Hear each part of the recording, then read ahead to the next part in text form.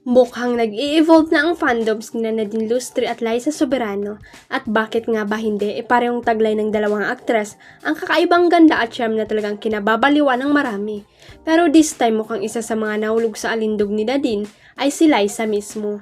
Sa latest Instagram post ni Nadine kung saan ibinida niya ang kanyang napaka-sexy at sultry look, hindi napigilan ni Liza na magkomento. Ang sabi niya, "You look so good." Halatang halata ang paghanga niya sa fellow actress. Siyempre, hindi ito pinalampas ng mga fan lalo't na trending ang girls love GL tambalan sa showbiz. Agad na naisip ng ilan na pwede nga raw silang iship bilang bagong tambalan. Biruin mo, may mga nagsasabi pa na baka maunaan pa ng tambalang ito ang inaabang pairing ni Nadine kay Catherine Bernardo.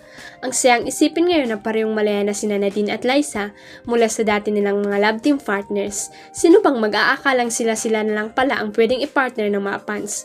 Bongga, diba? Iba talagang times ngayon, pati taste ng mga tao nag-iiba, kaya kung may tambalang Nadine at Liza sa hinarap, aba kaabang-abang yan.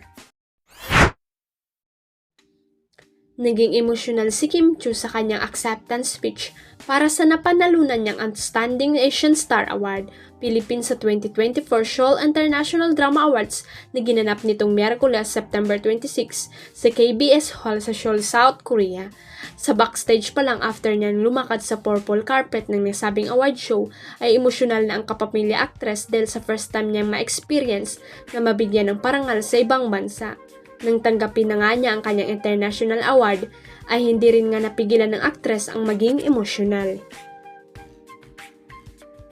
Inalay niya ang kanyang award sa kanyang fans na dahilan kung bakit siya nanalo. Dinedicate rin niya ang award sa mga taong nagbigay sa kanya ng oportunidad na magkaroon ng career sa showbiz industry, gaya ni Direk Lorente Jugi ng Pinoy Big Brother kung saan siya unang nakilala bilang teen housemate noong taong 2006. Hindi rin niya nakalimutang pasalamatan ang yumaong founder ng Dreamscape Entertainment na si Dio Endrenal na talagang nagpaiyak kay Kim. "This is a dream come true for me to represent ABS-CBN and my country, the Philippines," sabi niya sa kanyang speech. Revelasyon ni Kim sa kanyang panayam kay MJ Philippine ng ABS-CBN News, may hinanda siyang speech sa kanyang cellphone pero nabura ito.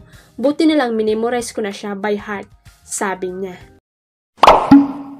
Huwag kalimutang i-click ang subscribe button at i-ring ang notification bell para sa latest at legit chika updates.